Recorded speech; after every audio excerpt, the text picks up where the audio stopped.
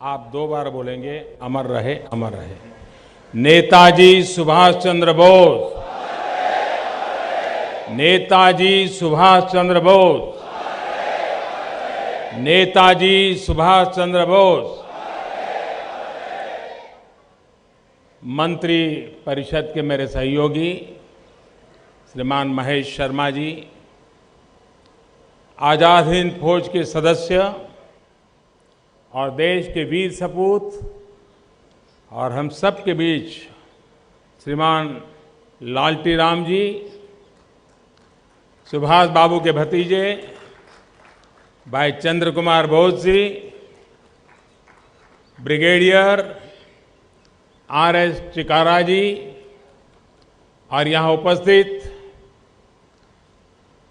सुरक्षा बलों के, सेना के सभी पूर्व अफसर, अन्य महानुभाव, भाई और बहनों, आज 21 अक्टूबर के ऐतिहासिक दिन लाल किले पर ध्वजारोहण का ये अवसर, आप कल्पना कर सकते हैं कि मैं कितना अपने आप को सौभाग्य मानता हूं।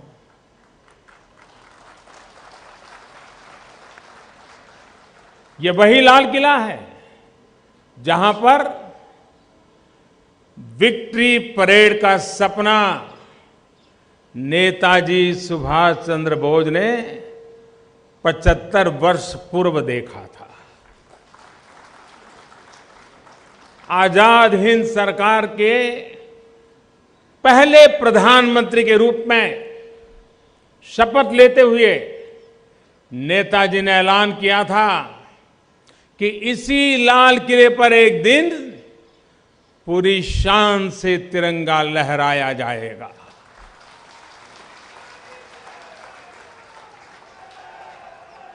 आजाद हिंद सरकार अखंड भारत की सरकार थी, अविभाजित भारत की सरकार थी। मैं देशवासियों को आजाद हिंद सरकार के 75 वर्ष होने पर बहुत बहुत बधाई देता हूं। साथियों, अपने लक्ष्य के प्रति जिस व्यक्ति का इतना साफ विजन था, लक्ष्य को हासिल करने के लिए जो अपना सब कुछ दांव पर लगाने के लिए निकल गया हो, जो सिर्फ और सिर्फ देश के लिए समर्पित हो, ऐसे व्यक्ति को याद करने भर से ही पीढ़ी दर पीढ़ी प्रेरित हो जाती है। आज मैं नमन करता हूं उन माता पिता को जिन्होंने नेताजी जैसा सपूत इस देश को दिया, जिन्होंने राष्ट्र के लिए बलिदान देने वाले वीर वीरांगनाओं को जन्म दिया। मैं नतमस्तक हूं उन सैनिकों और उनके परिवारों के आगे जिन्होंने स्वतंत्रता की लड़ाई में सर्वस्व न्योछावर कर दिया। मैं पूरे विश्व में फैले उन भारतवासियों को भी स्मरण करता हूं जिन्होंने नेताजी के इस मिशन को तन मन धन से सहयोग किया था और स्वतंत्र, समृद्ध, सशक्त भारत बनाने में अपना बहुमूल्य योगदान दिया था। साथियों, आजाद हिंद सरकार,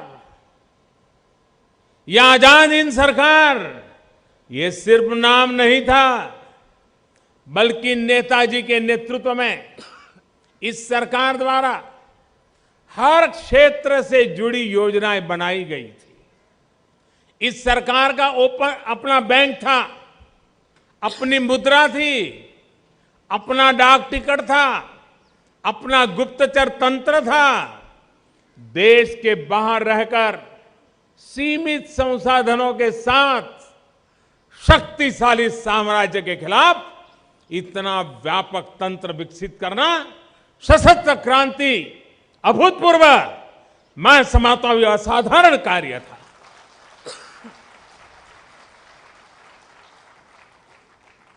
नेताजी ने एक ऐसी सरकार के विरुद्ध लोगों को एकजुट किया जिसका सूरज कभी अस्त नहीं होता था।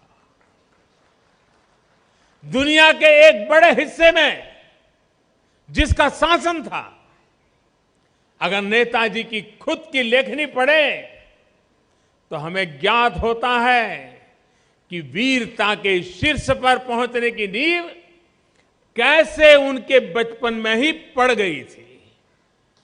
वर्ष 1912 के आसपास, आज से 106 साल पहले, उन्होंने अपनी मां को जो चिट्ठी लिखी थी, वो चिट्ठी इस बात की गवाह है कि सुभाष बाबू के मन में गुलाम भारत की स्थिति को लेकर कितनी वेदना थी, कितनी बेचैनी थी, कितना दर्द था।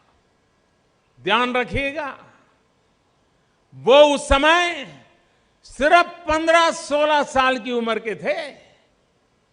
सैकड़ों वर्षों की गुलामी ने देश का जो हाल कर दिया था, उसकी पीड़ा उन्होंने अपनी मां से पत्र के द्वारा साझा की थी। उन्होंने अपनी मां से पत्र में सवाल पूछा था कि मां, क्या हमारा देश दिनों दिन और अधिक पतन में गिरता जाएगा? क्या ये दुखिया भारत माता का कोई एक भी पुत्र ऐसा नहीं है जो पूरी तरह अपने स्वार्थ को तिलांजलि देकर अपना संपूर्ण जीवन भारत मां की सेवा में समर्पित कर दें? बोलो मां, हम कब तक सोते रहेंगे? 15-16 साल की उम्र के सुभाष बाबू ने मां को यह सवाल पूछा था। भाइयों और बहनों, इस पत्र में उन्होंने मां से पूछे गए सवालों का उत्तर भी दे दिया था। उन्होंने अपनी मां को स्पष्ट कर दिया था कि अब और प्रतीक्षा नहीं की जा सकती,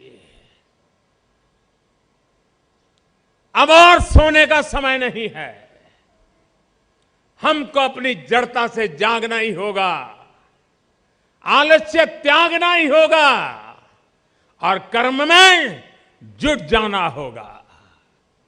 ये सुभाष बाबू 15-16 साल के, अपने भीतर की इस तीव्र उत्कंठा ने किशोर सुभाष बाबू को नेताजी सुभाष बना दिया। नेताजी का एक ही उद्देश्य था, एक ही मिशन था, भारत की आजादी, मां भारती को गुलामी की जंजीरों से मुक्त कराना। यही उनकी विचारधारा थी और यही उनका कर्म क्षेत्र था। साथियों, सुभाष बाबू को अपने जीवन का लक्ष्य तय करने, अपने अस्तित्व को समर्पित करने का मंत्र स्वामी विवेकानंद और उनकी शिक्षाओं से मिला।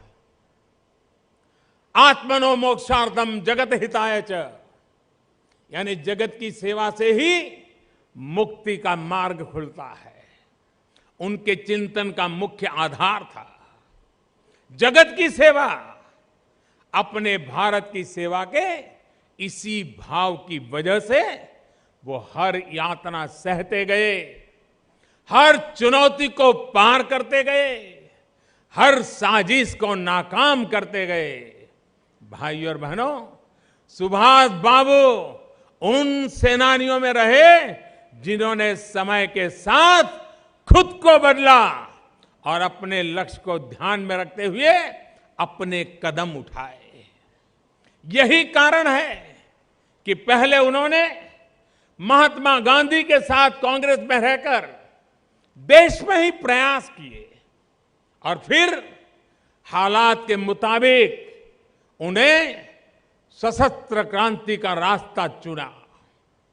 इस मार्ग ने स्वतंत्रता आंदोलन को और तेज करने में बड़ी भूमिका निभाई। साथियों, सुभाष बाबू ने जो विश्व मंथन किया, उसका अमृत सिर्फ भारत ने ही नहीं चखा, बल्कि इसका लाभ और भी दूसरे देशों को हुआ। जो देश उस समय अपनी आजादी की लड़ाई लड़ रहे थे, उन्हें सुभाष चंद्र बोस को देख करके प्रेरणा मिलती थी।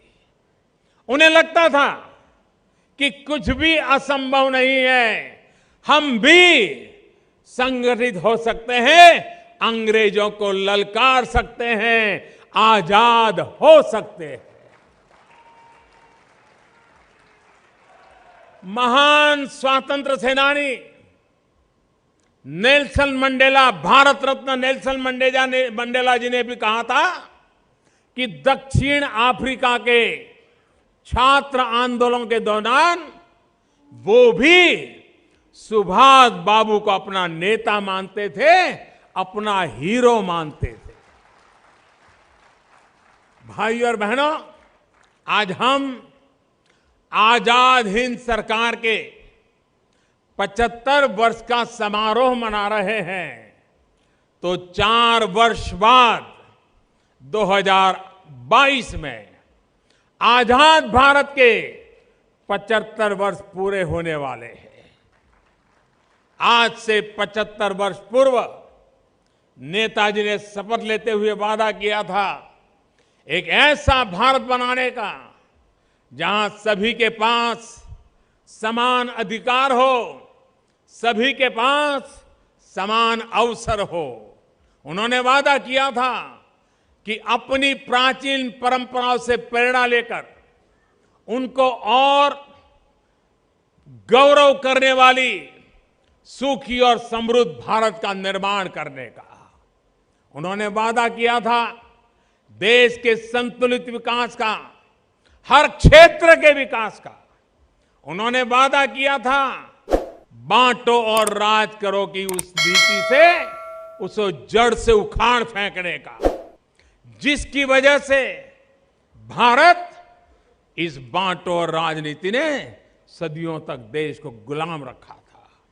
आज स्वतंत्रता के इतने वर्ष बाद भी नेताजी का सपना पूरा नहीं हुआ है। भारत अनेक कदम आगे बढ़ा है, लेकिन अभी नई ऊंचाइयों पर पहुंचना बाकी है। इसी लक्ष्य को पाने के लिए आज भारत के 125 करोड़ लोग नए भारत के संकल्प के साथ आगे बढ़ रहे हैं। एक ऐसा नया भारत जिसकी कल्पना नेताजी सुभाष चंद्र बोस ने भी की थी। आज एक ऐसे समय में जबकि विध्वंसकारी शक्तियां देश के बाहर और अंदर से हमारी स्वतंत्रता, एकता और संविधान पर प्रहार कर रही है, भारत के प्रत्येक निवासी का ये कर्तव्य है कि वो नेताजी से प्रेरित होकर उन शक्तियों से लड़ने, उन्हें परास्त करने और देश के विकास में अपना पूर्ण योगदान करने का भी संकल्प ले। लेकिन साथियों, इन संकल्पों के साथ ही एक बात और महत्वपूर्ण है। ये बात है राष्ट्रीयता की भावना, भारतीयता की भावना। यही लाल किले पर मुकदमे की सुनवाई के दौरान आजाद हिंद फौज के सेनानी शाहनवाज खान ने कहा था कि सुभाष चंद्र बोस वो पहले व्यक्ति थे जिन्होंने भारत के होने का एहसास उनके मन में जगाया।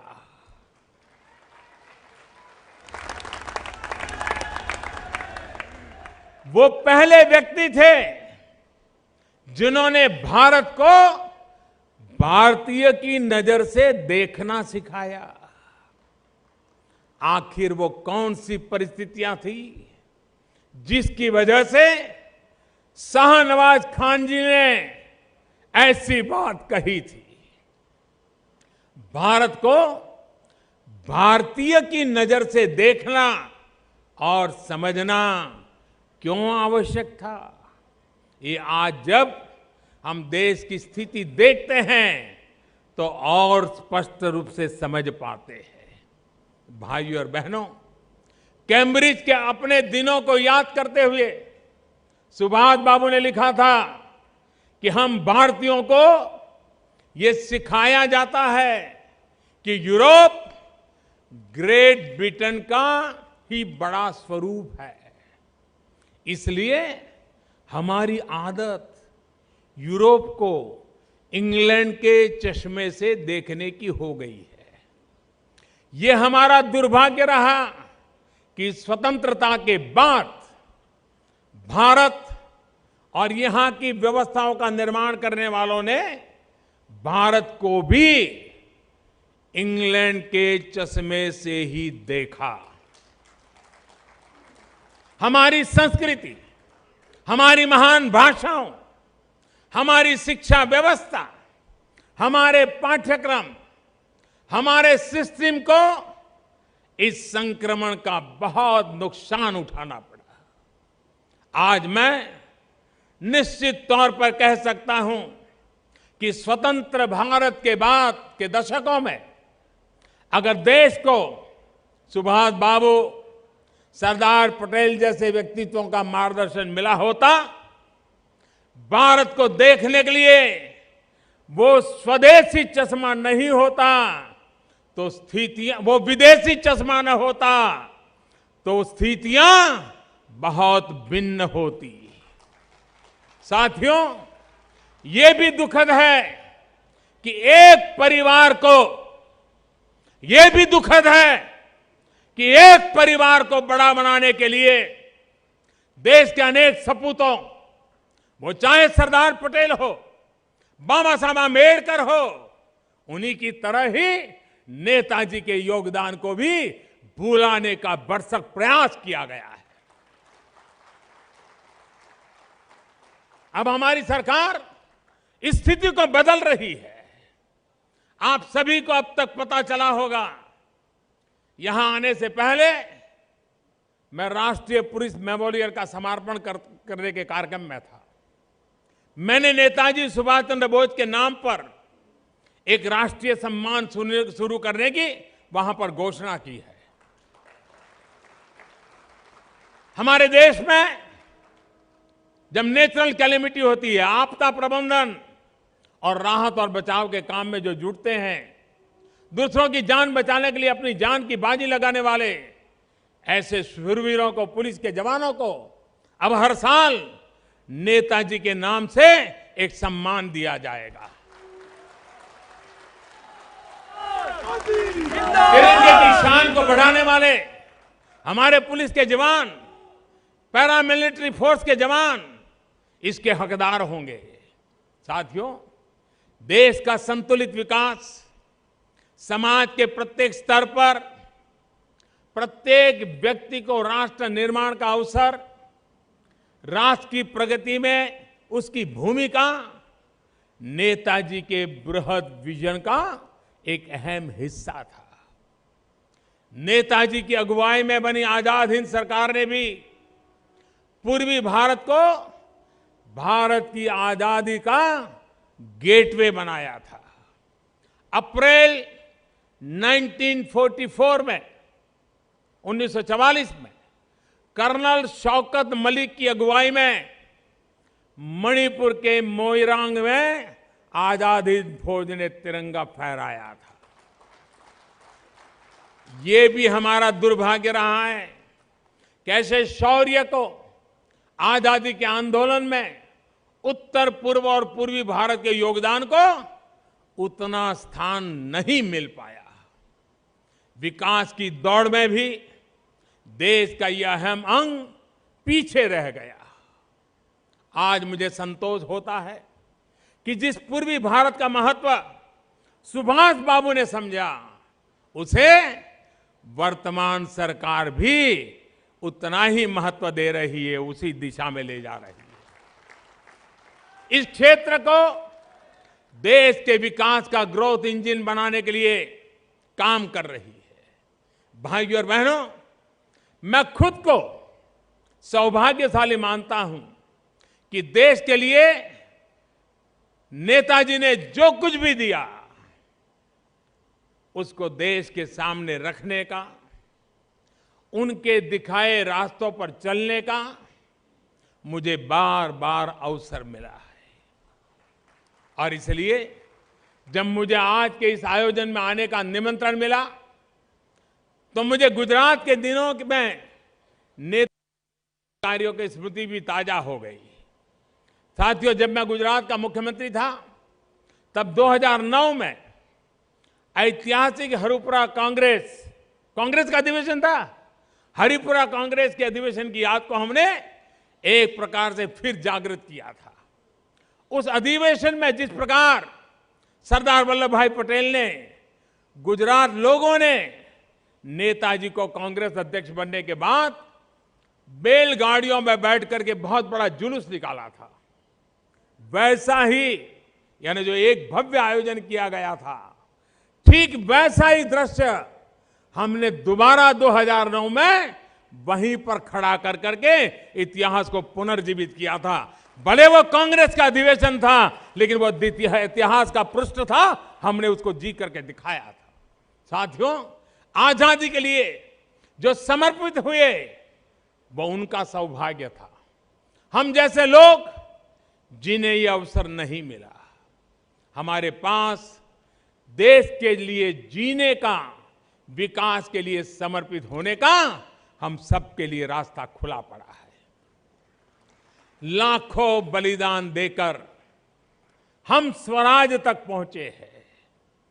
अब हम सभी पर, 125 करोड़ भारतीयों पर इस स्वराज को सुराज के साथ बनाए रखने की चुनौती है। नेताजी ने कहा था, हथियारों की ताकत और खून की कीमत से तुम्हें आजादी प्राप्त करनी है। फिर जब भारत आजाद होगा तो देश के लिए तुम्हें स्थायी सेना बनानी होगी, जिसका काम होगा हमारी आजादी को हमेशा बनाए रखना। आज मैं कह सकता हूं कि भारत अब एक ऐसी सेना के निर्माण की तरफ बढ़ रहा है जिसका सपना नेताजी सुभाष बोस ने देखा था। जोश, जुनून और जज्बा, ये तो हमारी सैन्य परंपरा का हिस्सा रहा ही है। अब तकनीक और आधुनिक हथियारी शक्ति भी उसके साथ जोड़ी जा रही है।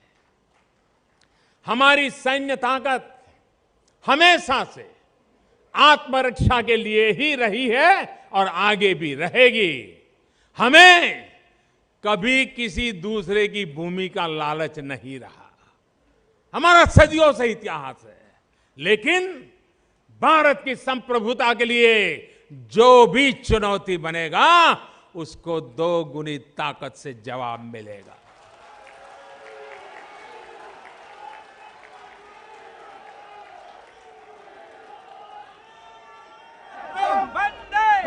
साथियों, सेना को सशक्त करने के लिए बीते 4 वर्षों में अनेक कदम उठाए गए हैं।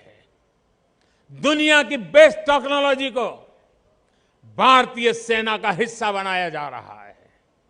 सेना की क्षमता हो या फिर बहादुर जवानों के जीवन को सुगम और सरल बनाने का काम हो, बड़े और कड़े फैसले लेने का साहस इस सरकार में है और ये आगे भी बरकरार रहेगा।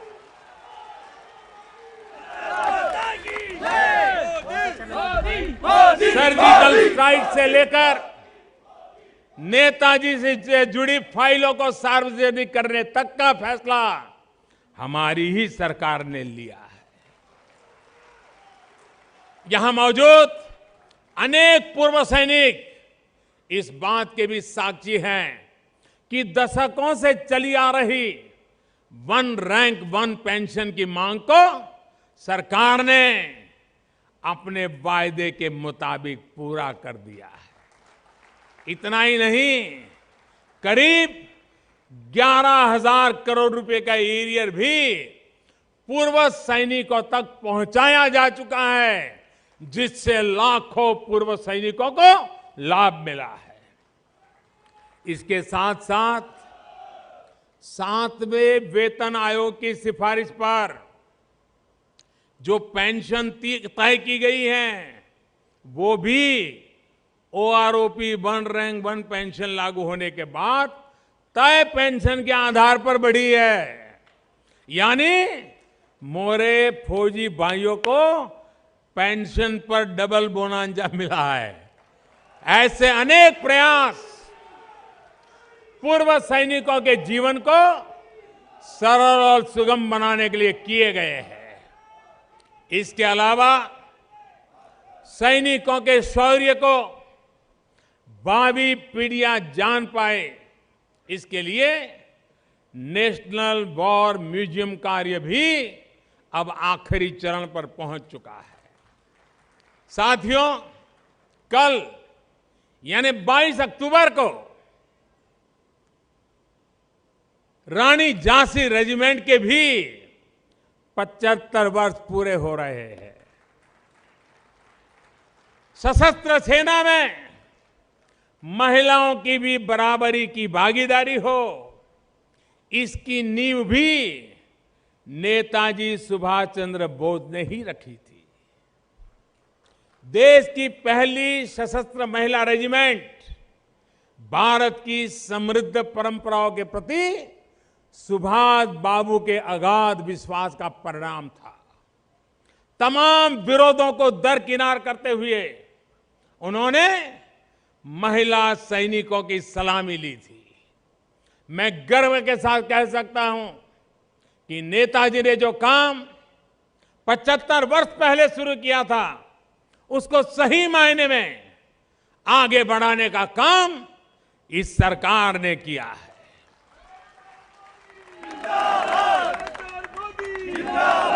इसी 15 अगस्त को मैंने यहीं लाल किले से एक बड़ा ऐलान किया था।